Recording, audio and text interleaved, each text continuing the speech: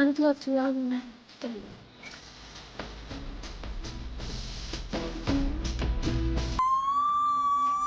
ఈ పసిగుట్టు వాసన ఏదో జరుగుతోంది.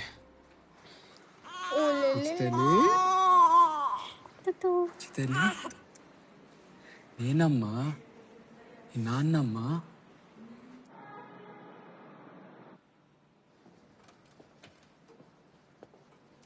బస్సులో పెట్రోల్ పోసింది నువ్వా కాదా? నేనే సార్. అగ్గిపుల్ల వెలిగించింది నువ్వా కాదా? నేనే సార్. వెలిగించిన అగ్గిపుల్లని పెట్రోల్ పోసిన బస్సు మీద విసిరావా లేదా? విసిరావా లేదా? విసిరావా లేదా?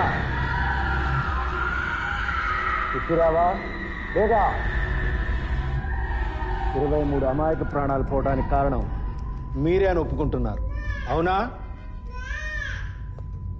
మై లార్డ్, 23 జీవితాలు, అందులో పసిపిల్లలు కూడా ఉన్నారు. ఈ రాక్షసుల కిరాతక చర్య వల్ల అందరూ బుగ్గిపాలయ్యారు. వీరు చేసిన పనికి ఎందరో చిన్నారులు అనాథలయ్యారు. మహిళలు అర్ధాంతరంగా వితంతువులయ్యారు. కుటుంబాలు రోడ్డున పడ్డాయి. ఇలాంటి మనుషుల్లో సంచరించే మృగాలను భారత శిక్షా స్మృతి ప్రకారం కఠినమైన శిక్ష విధించి ఆ కుటుంబాల కన్నీళ్ళకి ఒక అర్థం చేకూర్చండి యువరానా. Thank you. మిలాడ్, అగ్గిపుల్లను వెలిగించారు అనడానికి సాక్ష్యం ఉంది, కానీ వెలిగించిన అగ్గిపుల్లను విసిరేశారు అనడానికి సాక్ష్యం లేదు. కొంతమంది సాక్షులు నిందితులు 2 అంటే మరి కొంతమంది 4 అంటున్నారు. నిందితులు నేరాన్ని ఒప్పుకున్నారు కాబట్టి ప్రాసిక్యూషన్ వారికి పని చాలా ఈజీ అయింది. లేదంటే ఇలాంటి కేసు ఒక కొలిక్కి రావాలంటే ఏళ్ళకేళ్ళు సమయం పట్టేది. అన్నీ అనుకూలిస్తే నిందితులు 2 బయటకు వచ్చే అవకాశము ఉండేది.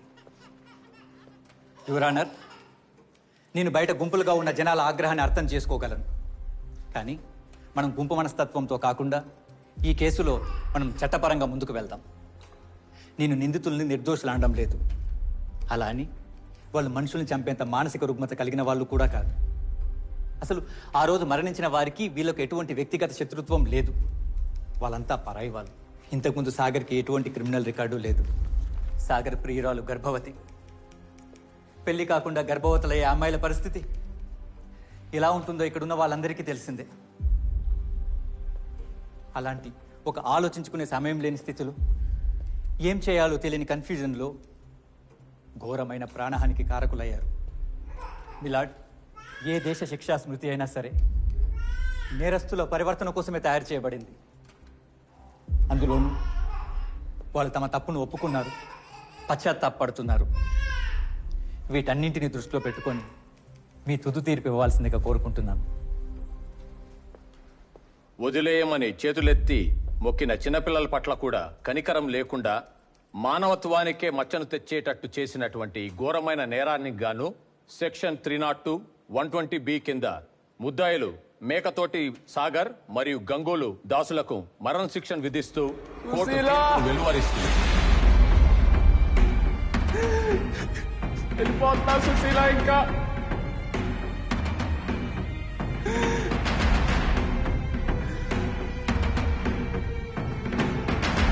అయిపోయింది సుశీల జీవితం.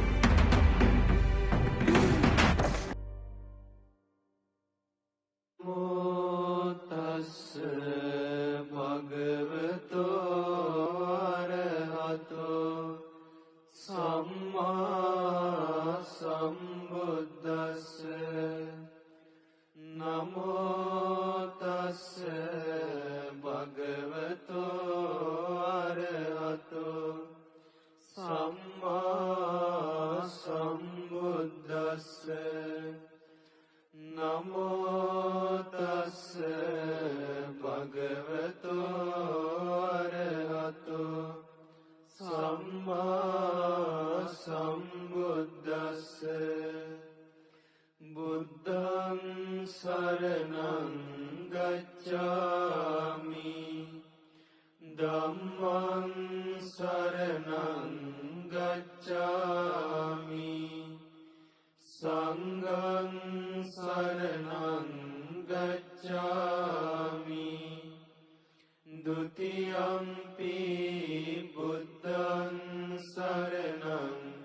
गच्छामि द्वितीयम्पि धम्मं शरणं गच्छामि द्वितीयम्पि संघं शरणं गच्छामि तृतीयम्पि बुद्धं शरणं गच्छामि